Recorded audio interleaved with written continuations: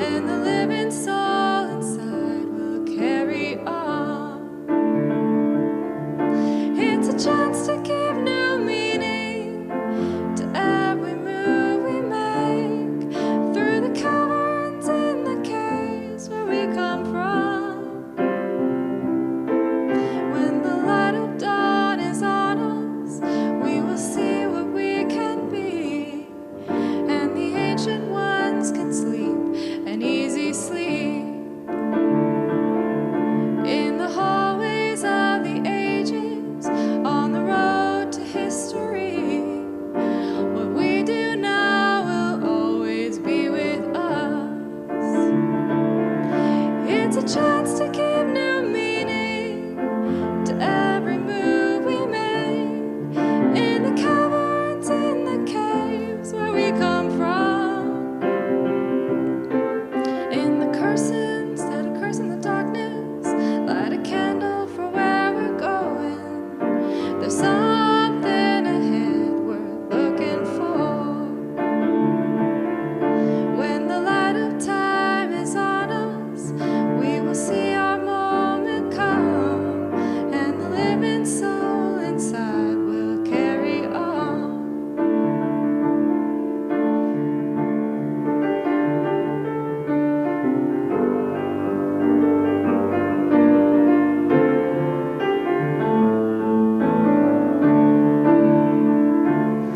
Light a candle in the darkness so others might see ahead. Light a candle in the darkness when you go.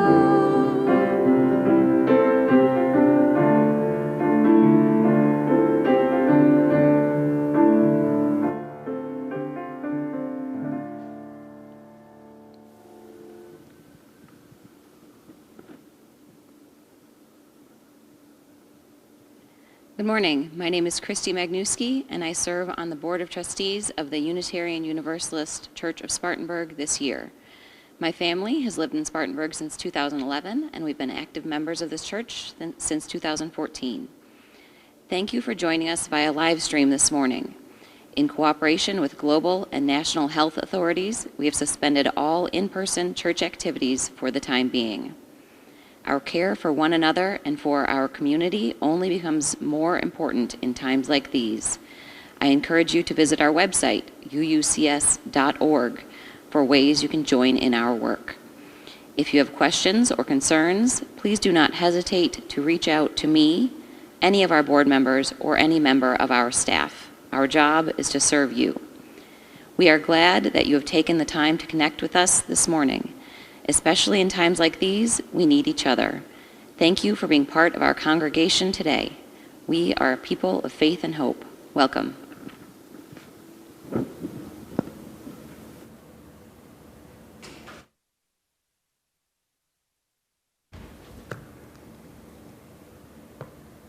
Hello, my name's Ruth Stanton, and I am serving as your worship associate this morning, joined by Palma Eisner, who serves as co-chair with me on the worship committee. Thank you for joining us this morning. Our church offers our minister a sabbatical in the summer for what has proven in this year it's been an especially challenging year, and he is getting some much needed time to rest and recharge. But that doesn't mean that we're slowing down. We are pleased to offer summer programming that builds on our social justice work, which will launch in the fall, with knowledge and power to continue our mission. In the month of July, we are exploring UU Women Heroes, offered by members of our congregation, women in their own professional fields who inspired their work and ours. In the month of August, we are exploring women's suffrage, mindful of the critical role voting plays in our time. We will also welcome back Minister Scott Neely in mid-August, who will be recharged and ready for action. Thank you for preparing with us for the work ahead. Today, I'm looking forward to sharing some observations about one of our UU superheroes, Florence Nightingale, the mother of modern nursing. WHO has proclaimed 2020 as the year of the nurse and midwife. And when we were planning our summer services in February, I was delighted to learn that we had a most fabulous nurse in our UU heritage. I am personally both a nurse and a midwife and feel a very strong kinship with Florence, and I'm looking forward to sharing more of her story.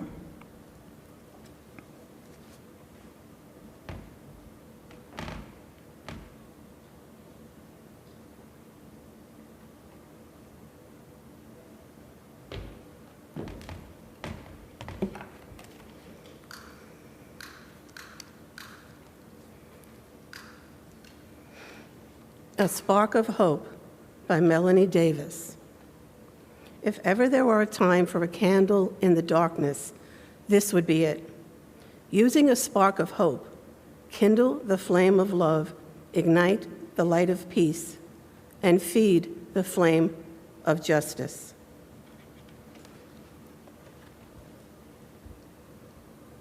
Our world is one world. What touches one affects us all. The seas that wash us round about, the clouds that cover us, the rains that fall. Our world is one world. The thoughts we think affect us all. The way we build our attitudes with love or hate, we make a bridge or wall. Our world is one world, just like a ship that bears us all, where fear and greed make many holes, but where our hearts can hear a different call.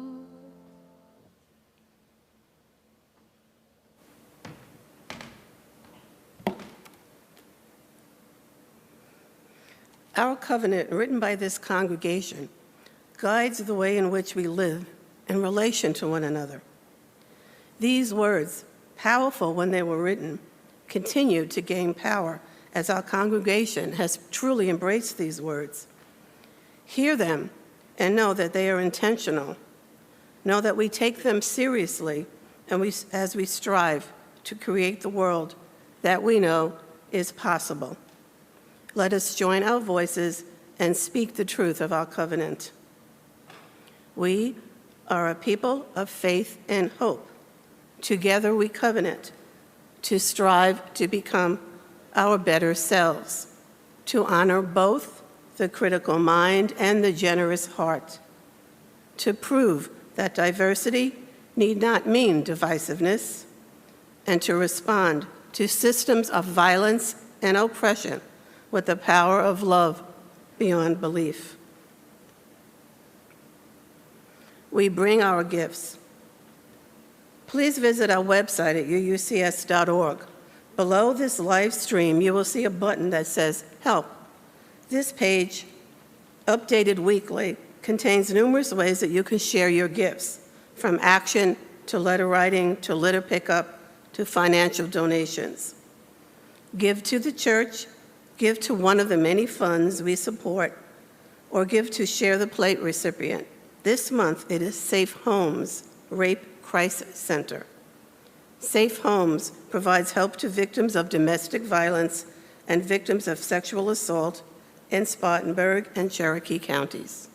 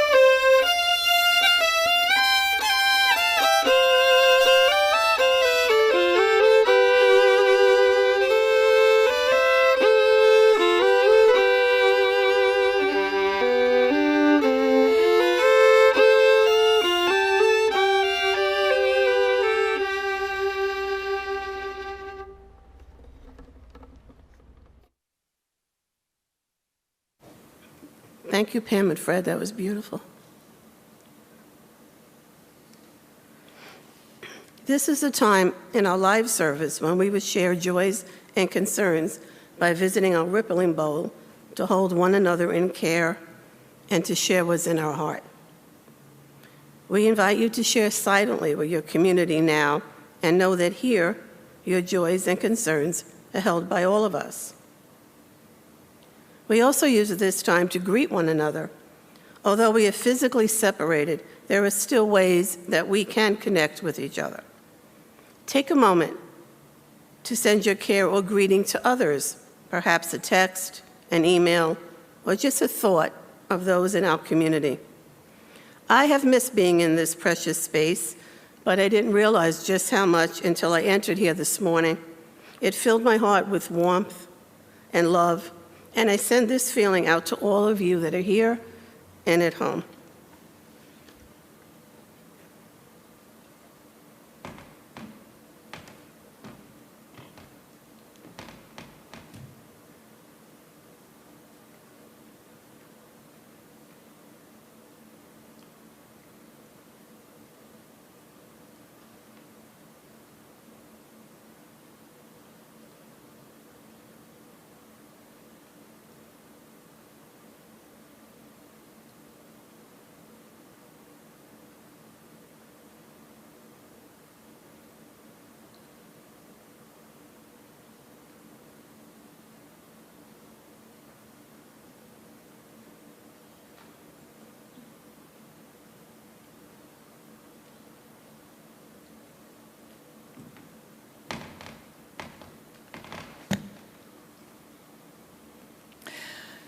During the Crimean War, Nightingale gained the nickname, the Lady with the Lamp, from a phrase in the Times, which was published in England. She is a ministering angel without any exaggeration in these hospitals.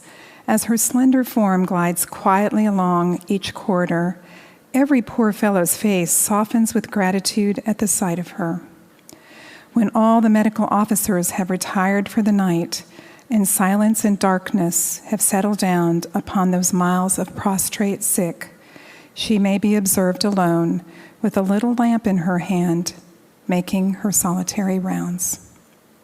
The phrase was further popularized by Henry Wadsworth Longfellow's poem in 1957 called Santa Filomena, and here is one verse from that poem.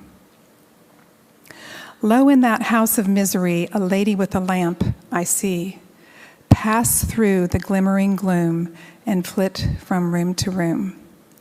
Perhaps there's a little bit of myth to this, but perhaps also truth. And now from our hymn book and our talented Aaron Galloway, we're going to have a hymn, Lady of the Season's Laughter, that celebrates ladies, mothers, and the goddess.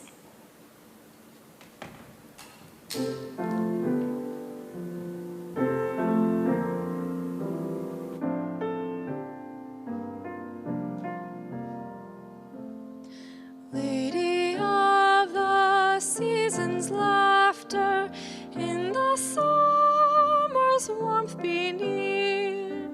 When the winter follows after, teach our spirits not to fear.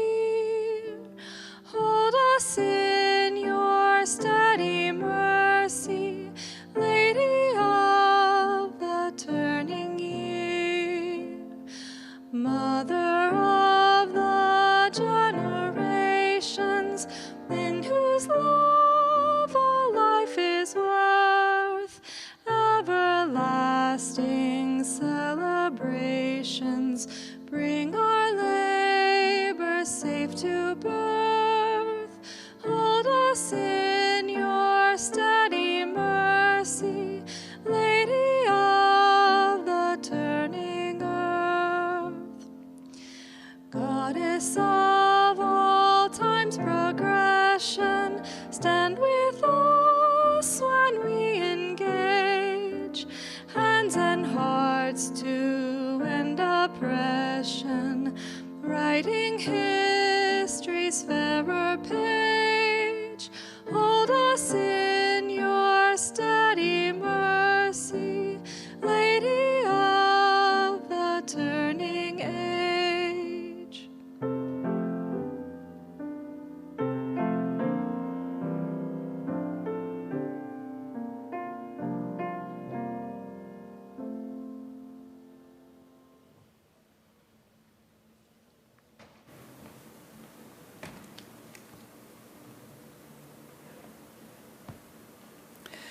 When I went to midwifery school, a class in nursing theory was required for all nurses in the master's program.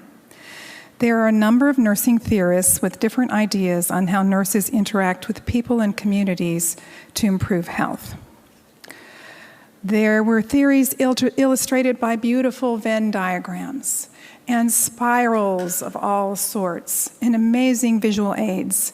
And these elegant theories really didn't speak to me. And then I came across Florence Nightingale's Notes on Nursing, which I have right here. Today we call her theory environmental nursing. And when I looked over that many years ago, I saw something concrete and practical that I could actually write a paper on. She outlined a new kind of nursing for her time, very innovative and yet very practical. So when we were planning the summer programs about UU superheroines, Scott mentioned that Florence Nightingale had been a Unitarian. Well, I jumped right in, especially with 2020 being the year of the nurse and the midwife. And since February, I am struck on how the pandemic has really made this the year of the nurse and the midwife more than we could have ever imagined. While learning more about Florence for this presentation, I sometimes wondered what she would say and think if we had teleported her into our COVID-19 pandemic. She would be totally amazed at this world's technology and all the new things in healthcare. But even with all of this, since she was a very logical and practical person, I think she would be saying, don't forget the basics, wash your hands, avoid crowding, wear masks. So, how did Florence's story start? Florence Nightingale was born on May 12th of 1820 into a wealthy and well-connected British family at the Via Colombaia in Florence, Tuscany, Italy, and she was named after the city of her birth. Her family moved back to England in 1821, with Nightingale being brought up in the family's homes at Embley, Hampshire, and Lea Hurst, Derbyshire. Florence inherited a liberal humanitarian outlook from both sides of her family. Her parents were William Edward Nightingale, born William Edward Shore, and Frances, for short, Fanny Nightingale, née Smith. William's mother was the niece of Peter Nightingale, under the terms of whose will, William inherited his estate at Lea Hurst and assumed the name and the coat of arms of Nightingale. Fanny's father, Florence's maternal grandfather, that is, was the abolitionist and Unitarian William Smith. Like other young women of her day, Florence was educated at home, and she learned subjects such as history, French, German, Italian, Greek, and Latin. She begged to learn math instead of dancing and needlework, and finally her parents did relent and hire a math tutor. This math training actually enabled her later to use statistics and diagrams and graphs to convince the British government to adopt her sanitary standards. One of the graphs that she developed was a polar diagram that showed more British soldiers died of cholera and disease than from combat. And it is at the very end of the order of service for you to look at later or during the service if you want to. So as an aside, last week we learned about the Peabody sisters, who were accomplished and innovative educators. These three women were also educated beyond the usual feminine appropriate topics. There seems to be a theme going on here that there's a great value in educating women. Florence's family background was Unitarian, and so we claim her as one of us. But as many people's story, it's actually more complex than just that. She was actually a member of the Church of England throughout her life, albeit with very unorthodox views. Influenced from an early age by Wesleyan tradition, Florence felt that genuine religion should manifest in active care and love for others. She wrote her own work of theology called Suggestions for Thought, which developed her heterodox ideas. Florence also questioned the goodness of a God who would condemn souls to hell and was a believer in universal reconciliation, that concept that even those who die without being officially saved will eventually make it to heaven. She had a very intense personal devotion to Christ, but also believed for much of her life that the pagan and Eastern religions contained genuine revelation. She was a strong opponent of discrimination both against Christians of different denominations and against those of non-Christian religions. Nightingale believed religion helped people with the fortitude for arduous good work, and therefore she made sure her nurses that she was in charge of had the opportunity to attend worship services. So Florence was from a Unitarian background with Universalist leanings. I think she would fit in great here, and we will happily claim her. Now, as a young woman, Nightingale was described as slender and graceful. While she was often very serious, she was also said to be very charming and to have a radiant smile. She had several suitors, some very serious, but she never married because she was convinced that marriage would interfere in her ability to follow her call to nursing. Florence first wrote that she heard the call to nursing at the age of 17 in about 1837 while she was walking in her family garden at Embley. But another 7 years passed before she asked to begin her training as a nurse. Now, in that day, that was not something well-to-do young ladies should even suggest. It was met with horrified opposition. No respectable, well-bred young woman could even set foot in a hospital, much less train as a nurse. Hospital nurses were notorious drunks and fallen women with low morals. Always the dutiful daughter, at least at that point, Florence backed down but did not give up her dream. Florence continued the life of a young lady, and her family traveled a good bit. During a European tour in 1850, she made a brief visit to the Institute of Protestant Deaconesses at Kaiserwerth, Germany. The institute had been founded for the care of the destitute in 1833 and had grown into a training school for women teachers and nurses. During her 2 weeks there, the tiny little hope burning in her heart fanned into an actual plan about how to reach her goal. She finally convinced her parents to let her come back to Kaiserwerth the next year to attend a 4 months nurses training.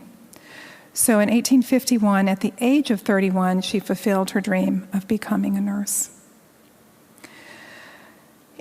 In August of 1853, Florence took the post of superintendent at the Institute for the Care of Sick Gentlewomen in Upper Harley Street, London. The sick gentlewomen referred to women who were like governesses and other educated but not noble women who needed medical care. She held this position until October of 1854. Now, her father had given her an annual income of £500, and that was equal to about $65,000 in present terms in the States, which would allow her to live comfortably and pursue her career. And if you think about it, at this point in time, Florence had enough money to live on.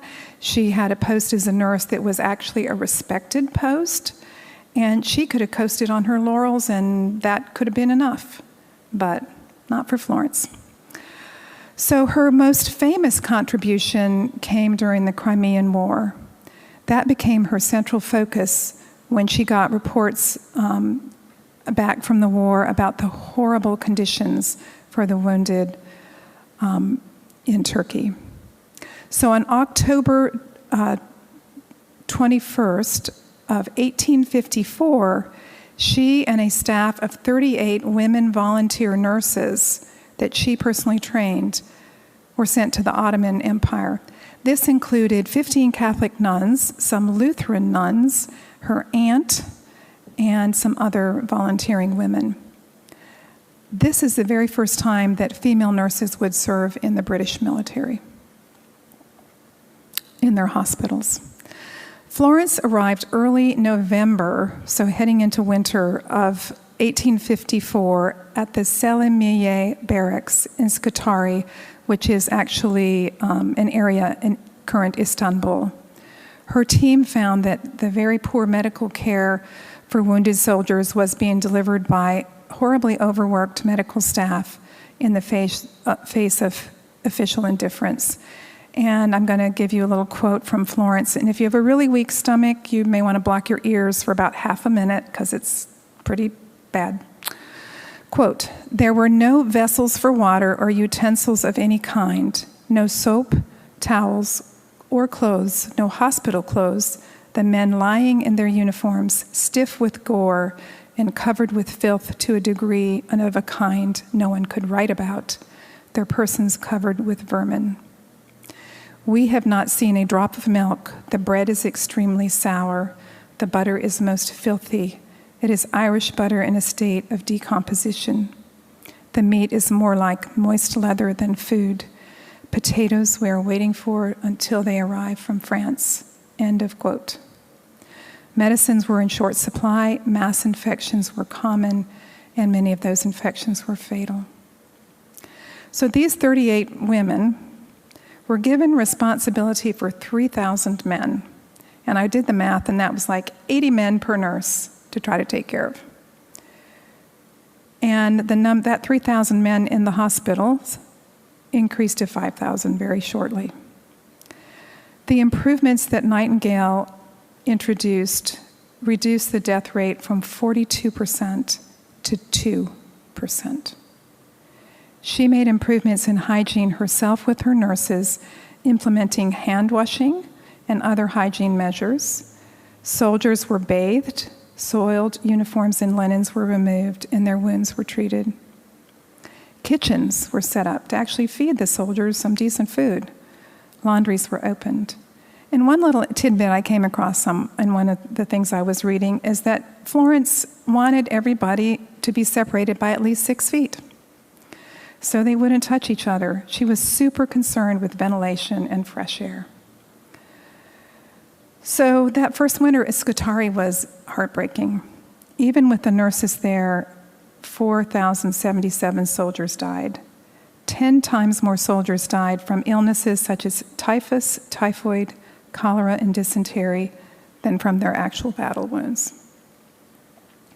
With overcrowding and defective sewers and the lack of ventilation, the Sanitary Commission had to be sent out from the British government at Nightingale's request.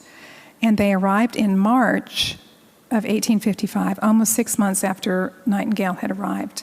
The commission flushed out the sewers that were under the hospital and got them to be actually working, improve the ventilation like unsticking the windows, and after that, the death rates were sharply reduced. And Florence never claimed credit for helping to do this.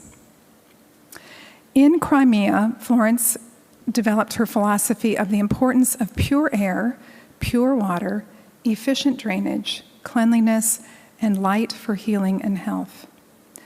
This experience influenced her later career, where she advocated for improvement of sanitary living conditions. She used her understanding of data collection and statistics to persuade those in power to institute concrete changes. And once again, I refer you to that beautiful polar graph that she created, and it's tucked on the end of on the end of the order of service. If you're looking at that, there's sort of two main areas on it, and the area with the most color has the deaths the first year that Florence was there, and then the second, much smaller area shows the deaths the second year, and the great impact that those improvements, those nurses brought. While Florence was still in the Crimea in November of 1855, the Nightingale Fund was established for the training of nurses during a public meeting to recognize her for her work in the war. And there was a very generous outpouring of donations. Florence had £45,000, which is equal to about $4 million today, at her disposal from the Nightingale Fund to set up the Nightingale Training School at St. Thomas Hospital in July 1860. The first trained Nightingale nurses began work on the 16th of May, 1865, at the Liverpool Workhouse Infirmary. Now, this is called the Florence Nightingale School of Nursing and Midwifery, and it's part of King's College of London. Through this school and others that Florence established, she has been responsible for training many of Britain's nursing leaders. Florence Nightingale wrote Notes on Nursing in 1859, and it served as a cornerstone of the curriculum at the Nightingale School and other nursing schools, although it was specifically written actually for those who were trying to take care of people at home, for nursing folks at home. Nightingale wrote, "Everyday sanitary knowledge, or the knowledge of nursing, or in other words, how to put the constitution in such a state as that it will have no disease, or that it can recover from disease, takes a higher place. It is recognized as the knowledge which everyone ought to have." So I think that's, in a tidbit, her theory of nursing, knowing how to help an individual or perhaps community to be in such a state as it will not have a disease, or such as that it can recover to the maximum ability. Well, Notes on Nursing not only sold to nursing students, but it also sold well to the general public, and is considered a classic introduction to nursing. And in the 1974 edition, Joan Quixley of the Nightingale School of Nursing wrote, "This book was the first of its kind to ever be written. It appeared at a time when the simple rules of health were not only beginning to be known, when its topics were of vital importance not only for the well-being and recovery of patients, when hospitals were riddled with infection, when nurses were still mainly regarded as ignorant, uneducated persons.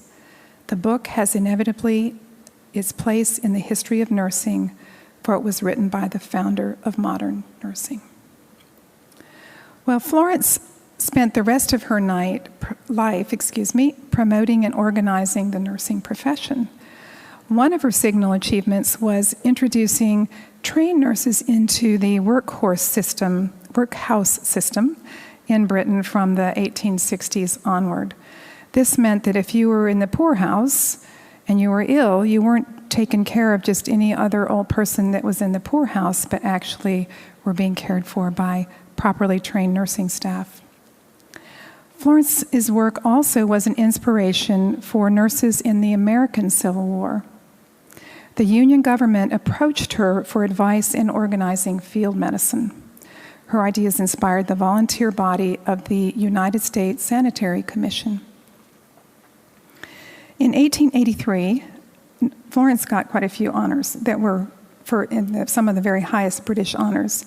She became, in 1883, the first recipient of the Royal Red Cross, and in 1904, she was appointed a Lady of Grace of the Order of St. John. In 1907, she became the first woman to be awarded the Order of Merit, and in the following year, she was given the honorary freedom of the City of London. Her birthday is now celebrated as International Nurses Day, that May 12th. From 1857 onward, Nightingale was intermittently bedridden and suffered from depression. And authorities today, trying to figure out what type of illness she may have had, generally accept that she had a very extreme form of brucellosis that she most likely contracted in May of 1855 in Crimea, possibly from unpasteurized milk. Now, despite her symptoms, she was phenomenally productive in social reform the rest of her life. During her bedridden years, she did pioneering work in the field of hospital planning, and her work quickly propagated across Britain and the world. Nightingale's output slowed down considerably in her last decade. She was having vision problems, but she was still very much interested in what was going on in the world around her. And she died peacefully in her sleep in her apartment in London on the 13th of August in 1910. Her relatives were offered to bury her at Westminster Abbey, which is a huge honor. I mean, only the most important people in England are buried in Westminster Abbey. And her relatives declined that, and she is buried in the churchyard of St. Margaret's Church in East Wellow, Hampshire, near Embley Park, with a simple memorial that has only her initials and her dates of her birth and her death. Well, how did Florence Nightingale become a nursing superhero and a Unitarian Universalist superhero? Well, I feel like she caught a vision, she followed it through, even though it meant bucking the status quo. She had the moral courage to have ideas that were very different from those in society around her, and the courage to share that enlightenment with others. Her innovation improved the health of people, first in her country, and ultimately around the world. And all of this following the principle that true religion should result in active care and love for each other.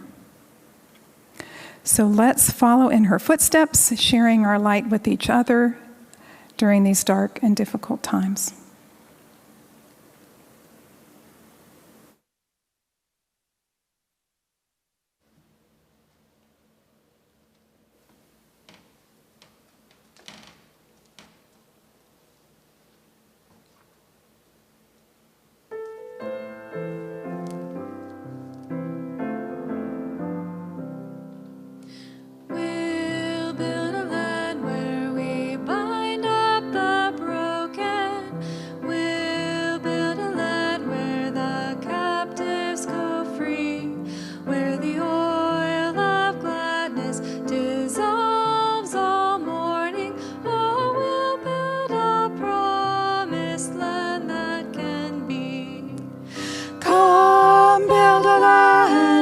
Sisters and brothers, anointed by God, may then create peace where justice shall roll down like waters and peace like an ever-flowing stream.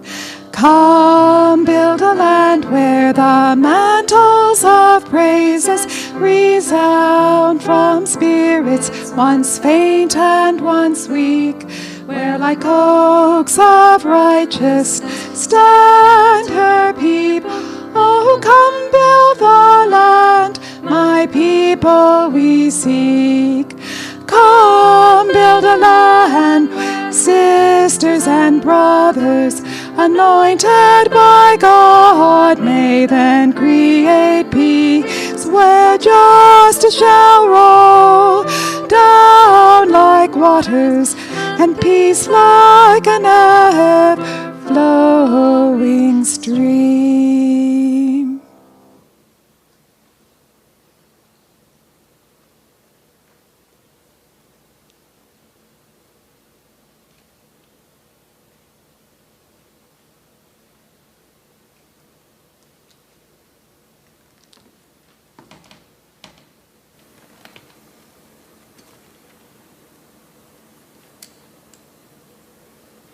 I want to thank Ruth so much for that beautiful meditation and all the nurses that are doing so much work right now during this pandemic.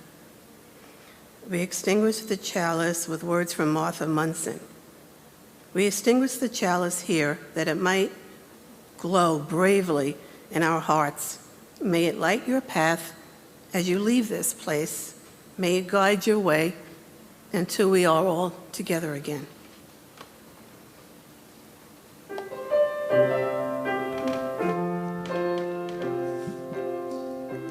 We have spent time together, and these holy